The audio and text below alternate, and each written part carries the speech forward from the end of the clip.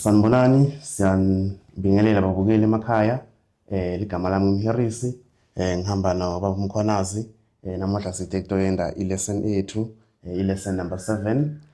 Sihloko sethu lesitokhuluma ngaso namuhla sithi power in repentance. So kahle kahle sichaza ukuthi amandla atholakala ngokuphenduka. So namuhla ke sitothola kabanzi ukuthi yini uNkulunkulu asilungisele yona mayelana nesihloko lesi. So but before sicala lesson yethu sitothoba amakhanda sicele uBaba Mkhwanazi asivulele ngomthandazo. Singavala amehlo. Baba olungileyo, mdali wezulu nomhlaba, noyise wenkosi yethu Jesu Kristu, amini nje. Siyabonga umusa nothando osenzela wona, ngathi ungabusisa uma sothi singene kuso lesi sifundo ngegama elihle namandla lenkosi yethu Jesu Kristu siyakhuleka. Amen. Amen. So njengoba bese si-introduceile topic yethu ithi amandla atholakala ngokuphenduka. So iverse lefu lekhanda silithola laphana kuJona 2 verse 7. So lifunza ngalendlela ithi when my soul fainted within me, I remembered the Lord, and my prayer came in unto thee into thine holy temple. So lana ke liverse lefu ke njengoba liyasho ke ukuthi uma umphefumulo wami aphelela amandla ngakhumbula inkosi. So normally sihlale sikhumbule inkosi ngoba ukuthi akuhambi kahle empilweni tethu, but lana ke liyasho ke leli verse ukuthi umphefumulo wami uma uphelela amandla ngakhumbula inkosi, because inkosi ihlala ikhona kithi njalo uma sifuna noma ngabe kunini. And then iveta imvo lebaleke kakhulu laphana ithi my prayer came in unto thee into thine holy temple. Ukuthi ngoba sikhumbula inkosi kufuna sende njalo sende njani sithumele umthandazo kuNkulunkulu kuphi dukweli temple lakhe. So lapha ke siyathola futhi ukuthi again ukuthi ulambele amandla.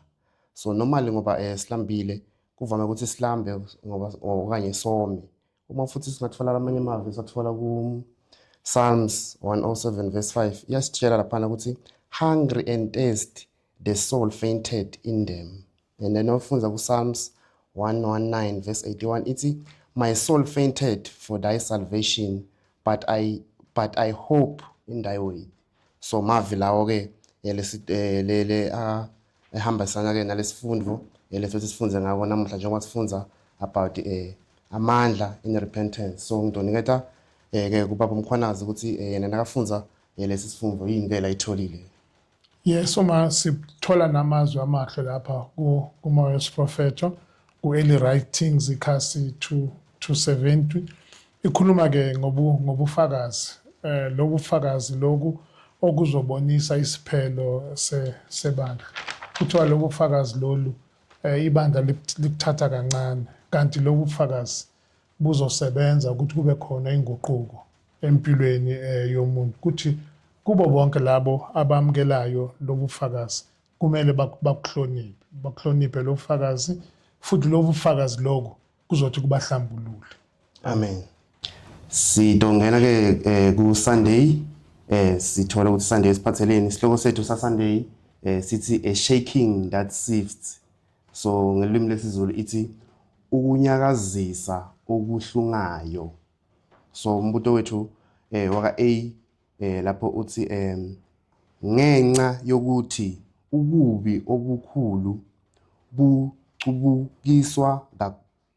bucubukiswa nobuhle, kuyini uNkulunkulu akwenzayo na? Sitothola ke iverse lefu laphana ku Amos 9 verse 9. So nasifunza lo mbuzo uva Baba Mkhwanazi ini into oyitholile lana nafunza lesifundo. Siyathola ke ukuthi uma sibheka uNkulunkulu ubhekile isizwe sakwa-Israyeli ngoba lesi sizwe lesi besiphakathi kwezizwe.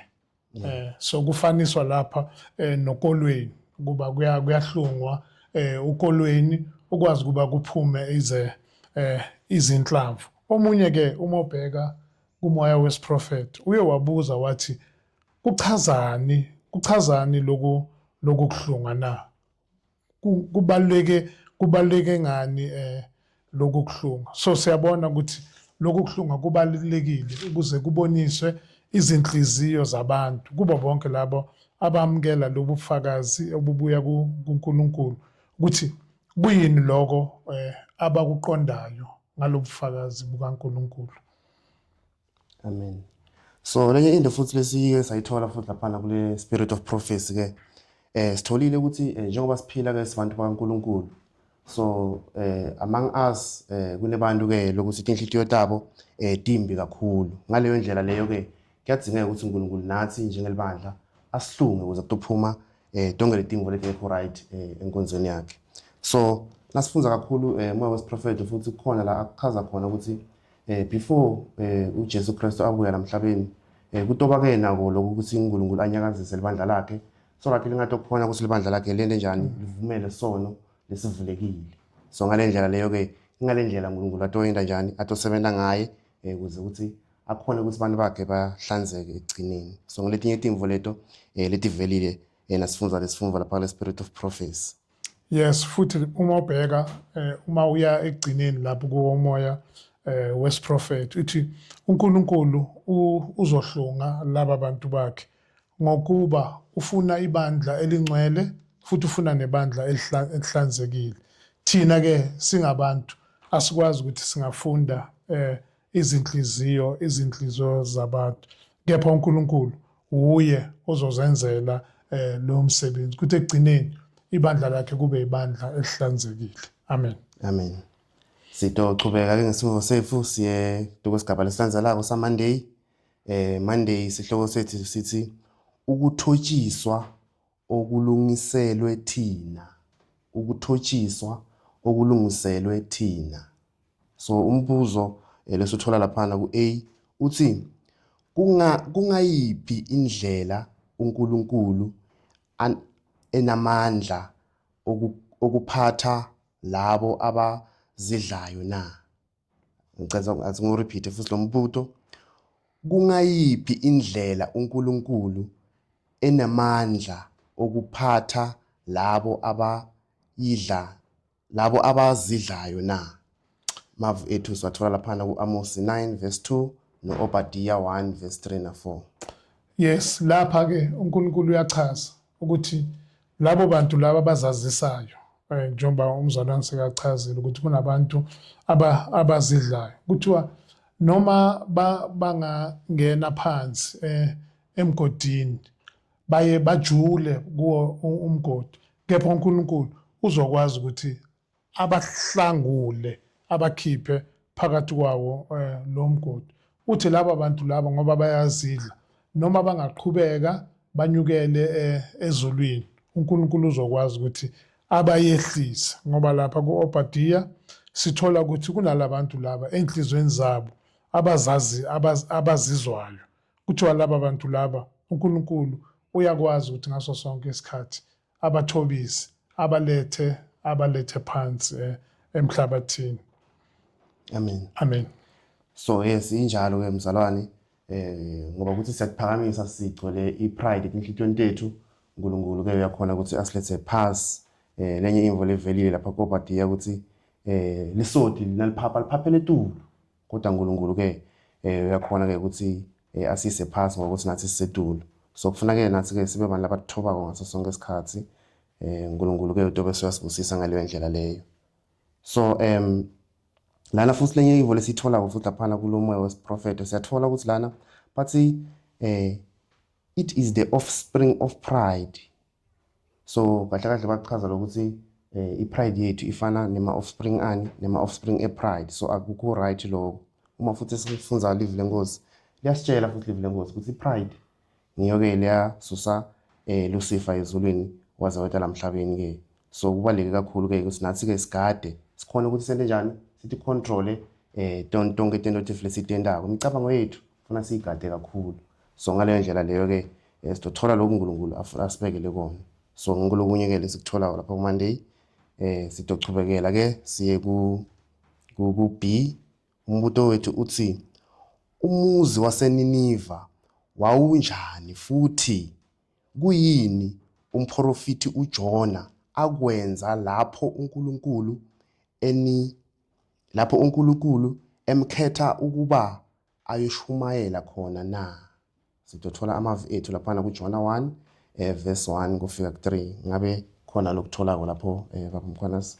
Siyabonga mzalwane. Sibona lapha kuba izwi likaNkulunkulu lafika kuye uJona wayindodana kaAmithayi lithi kuye hamba uye kulo izwe laseNiniva. Leli lizwe laseNiniva ke kwathiwa kwakuwumuzi omkhulu, umuzi waseNiniva, and futhi lo muzi lo wagcwele ububi, kwakunobubi obumangazayo kulo leli lizwe laseNiniva. uJona uma ezwa lo mbiko kuthiwa wathatha umkhumbu oya eTharishishi, zange amamele lokho uNkulunkulu amlayele kona kuma mele ahamba ye kulo izwe laseNiniva. Amen. Amen.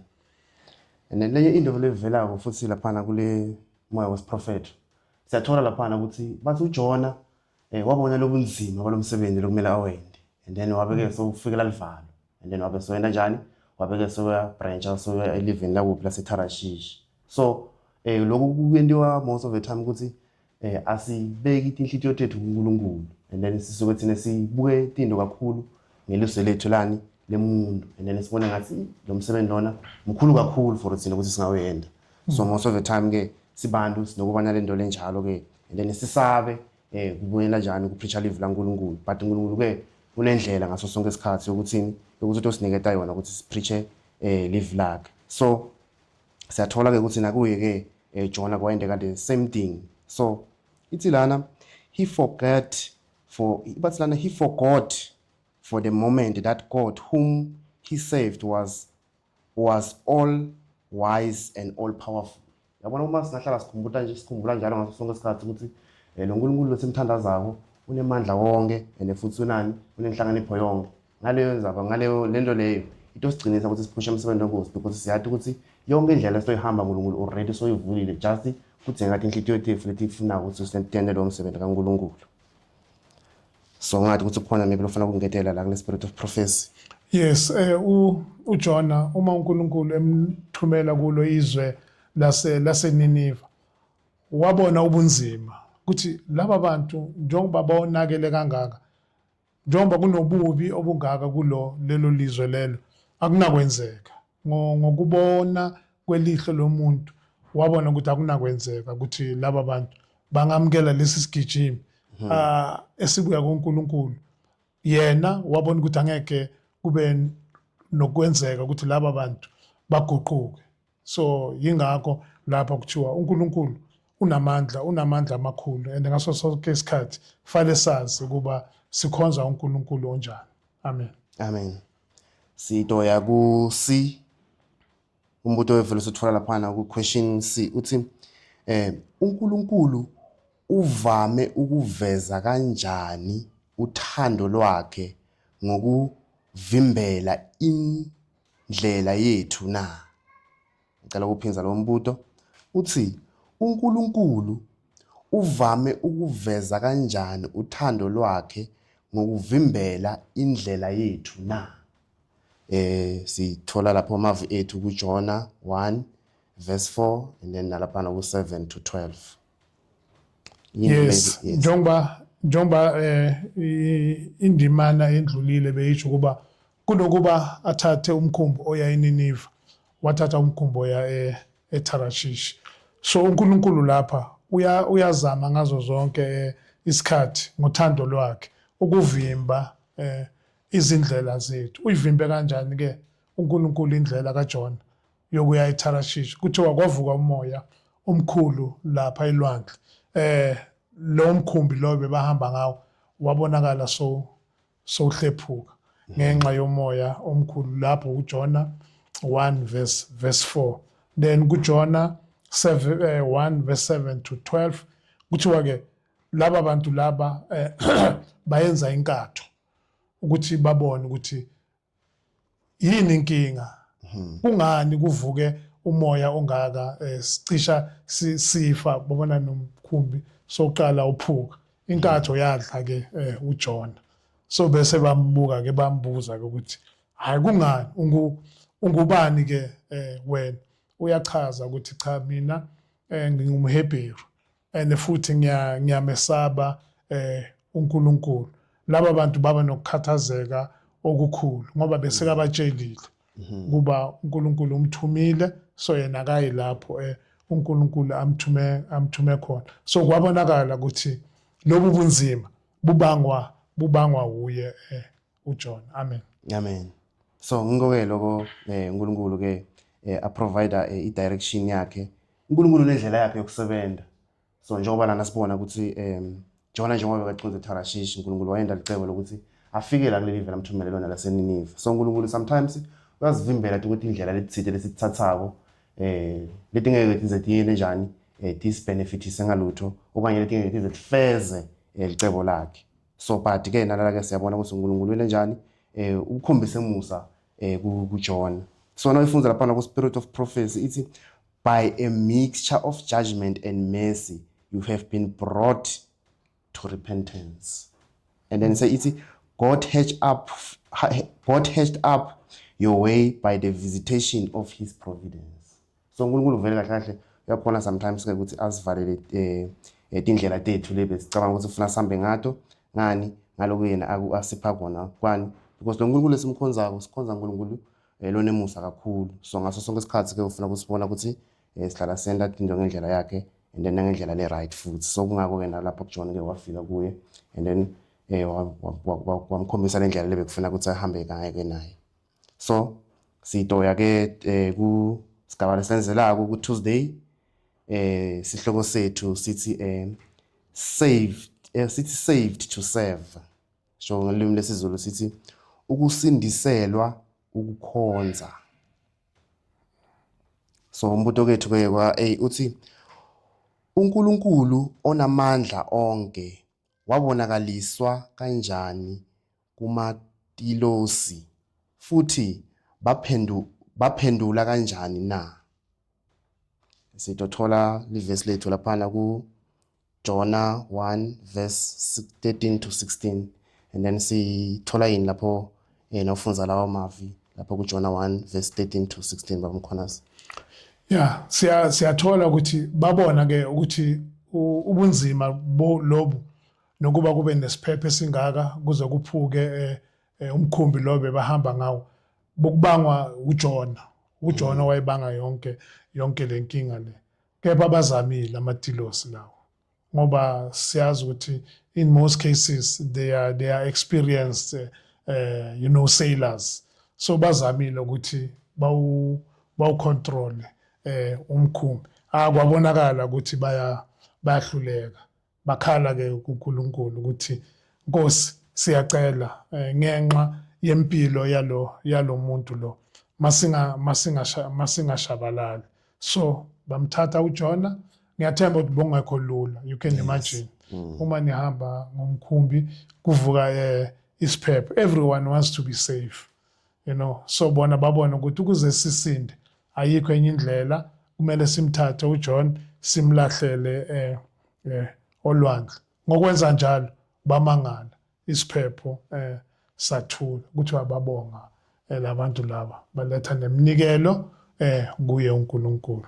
Amen. Amen. Sito kumbuto lolandzelako. Umbuto lolandzelako uthi beliyini icebo likaNkulunkulu ngoJona futhi lona obalekayo umkhuleko onjani awenzayo aphakathi kwesisu senhlanzi na. Yes, lapha kuthiwa ke uNkulunkulu noma kunjalo kuyabonakala ukuthi noma singambalekela uNkulunkulu sithathe izindlela eziya ekubhujisweni. uNkulunkulu noma ngabona ukuthi le ndlela le umuntu ayithathile izomholela ukuthi agcine abe ngumuntu obhubhayo. Inkosi yenza indlela ngoba kuthiwa walungiselela ke inhlanzi enkulu ukuba ikwazi kuba imgwinye ke uJona.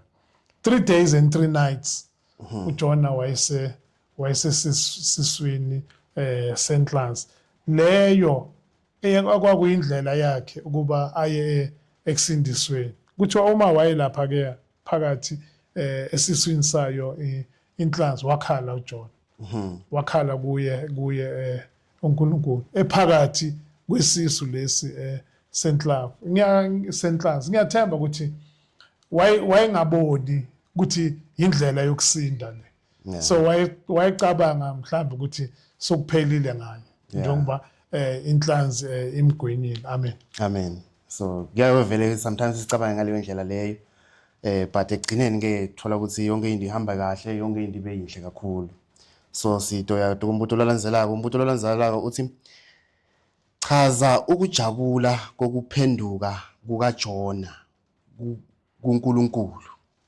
and then say ithi sithola lawo amava lapho kuJona 2 verse 5 and 9 and then say ithi inkosi yaphendula kanjani umntwana wakhe othobekile na so itholakala lapha kuJohn 2 verse 10 so nawufunza lapha maybe nasicala ngale umbuto wokucala lothi chaza ukujabula kokuphenduka kukaJona kuNkulunkulu ngini lapho imvule sithola lapha kuJohn 2 verse 5 kufika ku9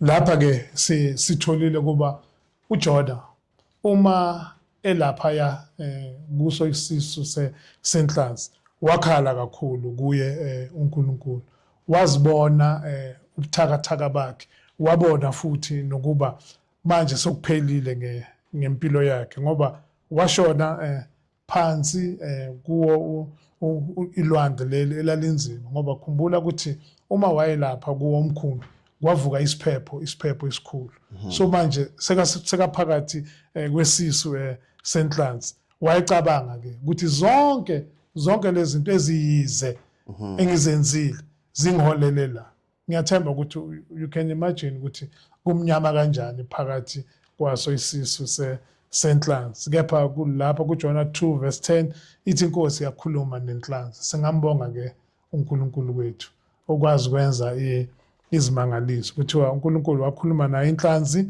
inhlanzi yamhlanza ke uJona kuthi uthi sonke lesi sikhathi lesi ebona kumnyama kusebenzimeni inhlanzi yayiya emhlabeni owomileyo ukuba ikwazi ukuthi imsindise amen so and then nayifunza lapha verse 9 ithi but I will sacrifice unto thee with the voice of thanksgiving I will pay that I have vowed shothi ke nalana ke uyabona ukuthi uNkulunkulu shothi kubalekile ke ukuthi uNkulunkulu ngoba ukuthi sasendele lokuhle lasendele kubona then sibonge futhi kubuye because most of the time ke sinokukhohlwa kubonga futhi uNkulunkulu silethe yini silethe kubonga kuye ngaso sonke isikhathi and then ke lapho soyena kanjani so uyasho uthini uyasho ukuthi ke utawenda kanjani abhadale lokhu lathi wakenda sivumelana kanye noNkulunkulu so kube inhle kube imvula ehle kakhulu kuJona lokho and then le question lelenzelwe beyithi inkosi yaphendula kanjani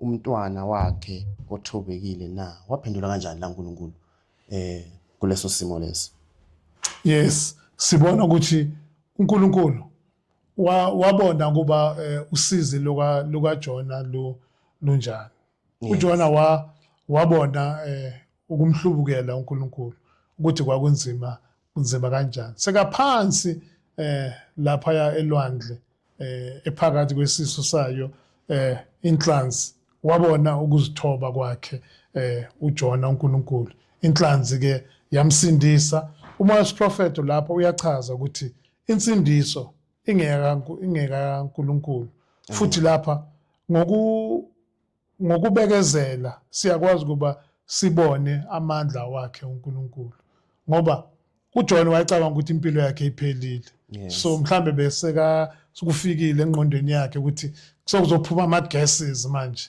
sokuzoqala i-digesting system isebenze ukuthi imdigest so uma cabanga lokho uNkulunkulu uzama icebo yena kuba kumele amsindise njengoba sibona inhlanzi ihamba naye ifike imhlanza emhlabeni owomileyo enye into lemangalisa ukuyamangalisa ukuthi ngathi ubude ukuthi Jona bekaphefumula kanjani phakathi kwalesisu sale fish so kuyakukhombisa ukuthi like uNkulunkulu unemandla wonke uhlala anetindlela lokuthi asimithe kude tonke izidingo zethu so kusimangaliso kakhulu lento leyendeka kuJona so sizochubeka ke siyawutombuto wesine kuleso sigaba lesikuso uthi lo mbuto singakhuthazeka kanjani ngezenzo esisha uJona asithathayo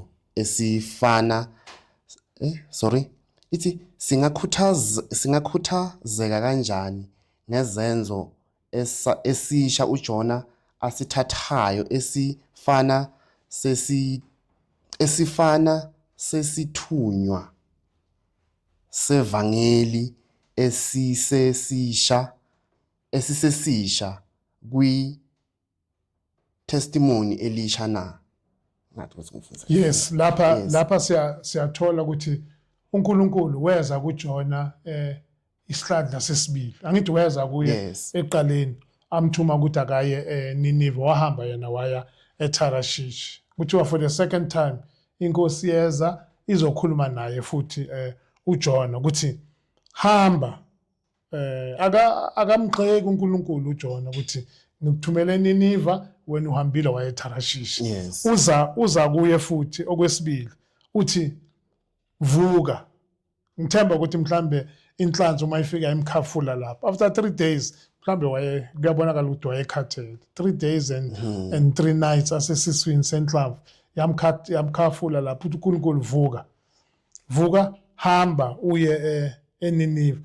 Umlayezo loyo ufika for the second time umtshela into uNkulunkulu ayemtshelile yona kwaphambili.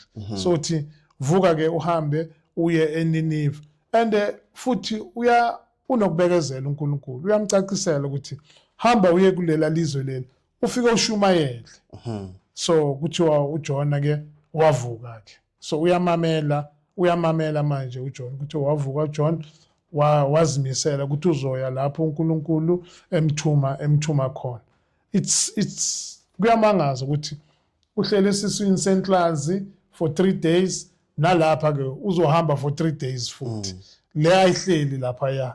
Ngiyathemba uNkulunkulu wayemlungiselele ukuthi ahlale aphumule ngoba usazohamba for 3 days aye kulo ilizwe laseNiniva afike lapha ashumayele lokho uNkulunkulu wayemcacisele kuba akwenza. Amen.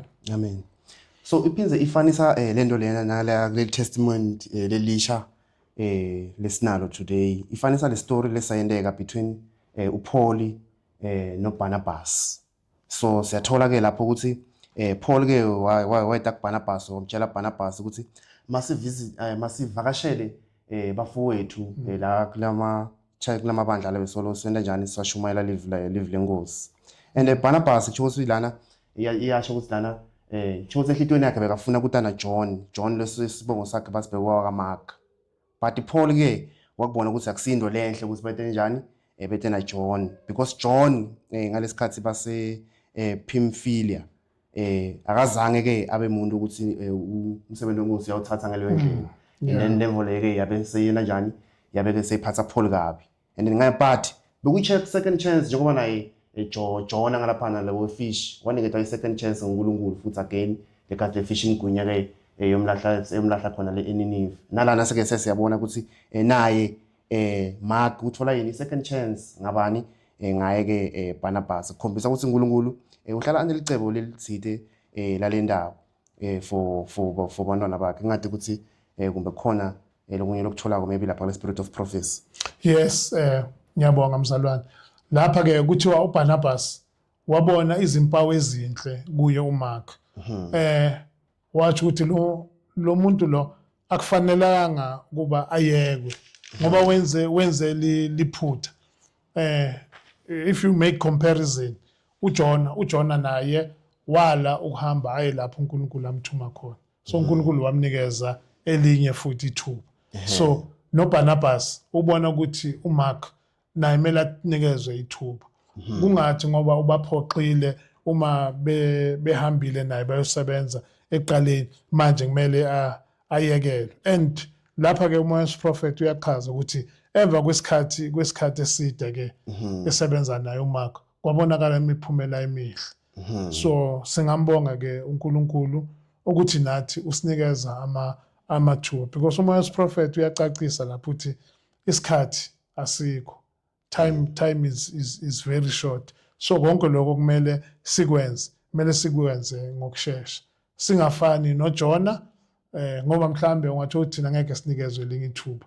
Singafani futhi no Mark ngoba uMark wanikezwa ithuba elinye, it might not happen to us. uNkulunkulu angasinika ithuba elinye sale ukuthi silisebenzise andlule asishiye. uNkulunkulu afune ahambe ayofuna abanye abantu abazimisele ukuba bayenze umsebenzi. Amen. Amen. Sibonga kakhulu. Sidodlula ke silandzele sethu kusigaba lesilandzelako. Siya ku Wednesday. Wednesday sihloko sethu sithi amandla ekuphendukeni.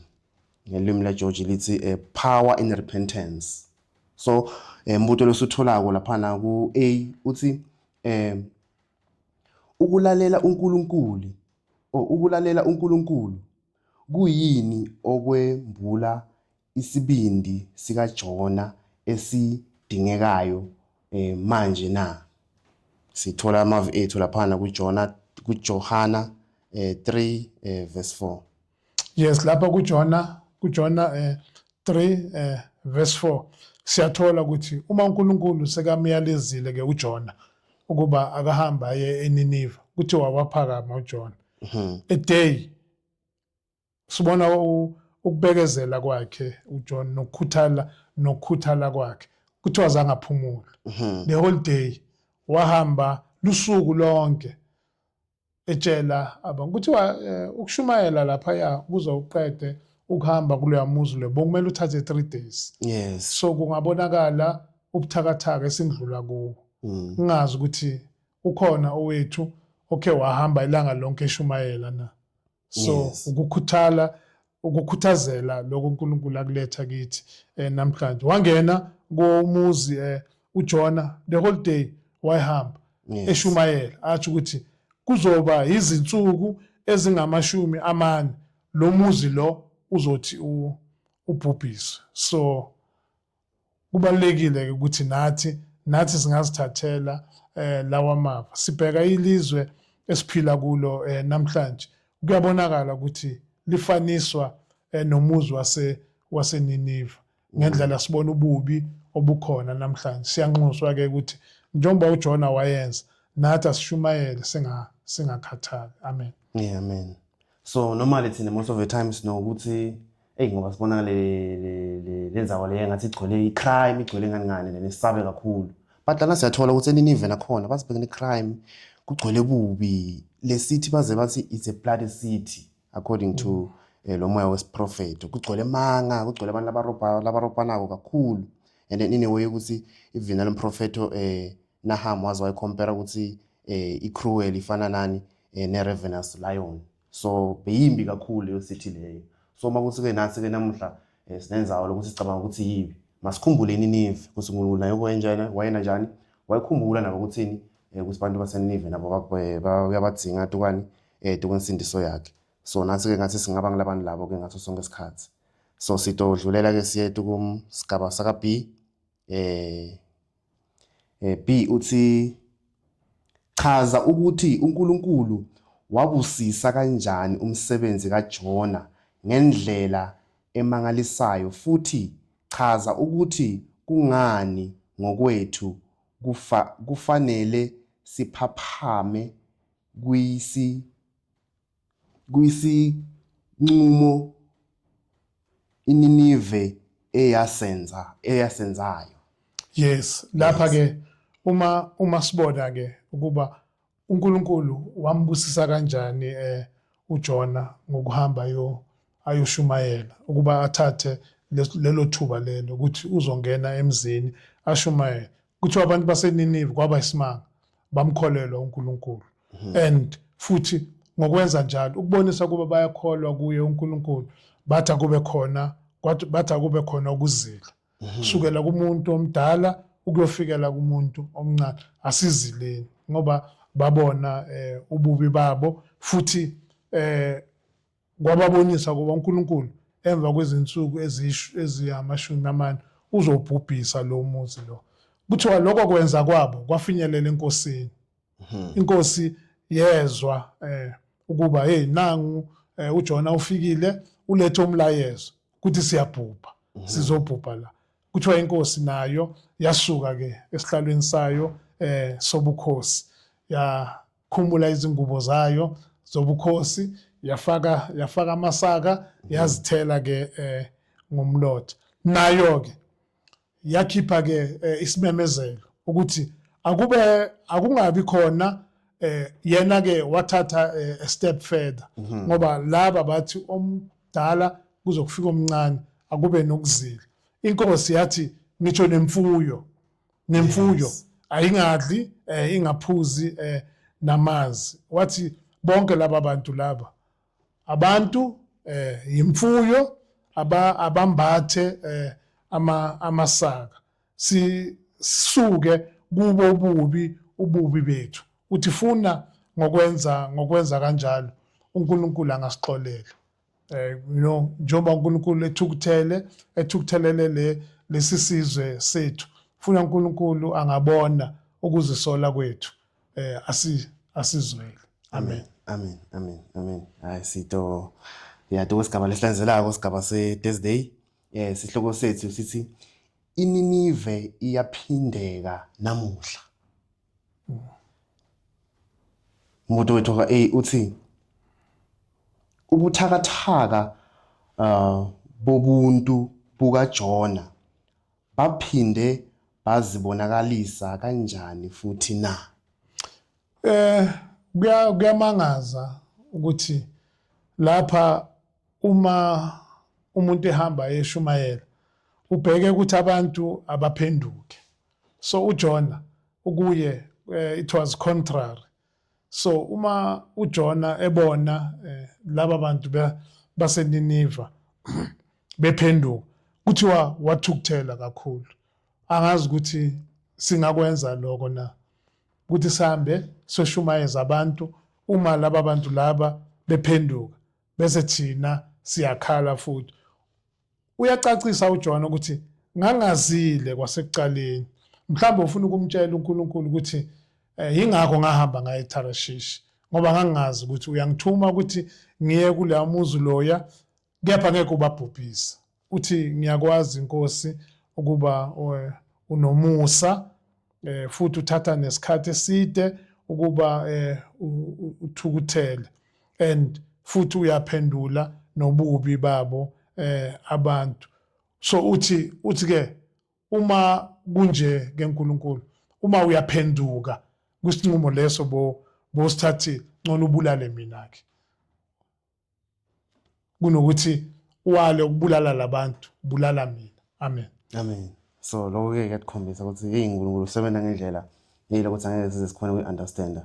So but ngenxa yesikhathi sidoya ku B na uthi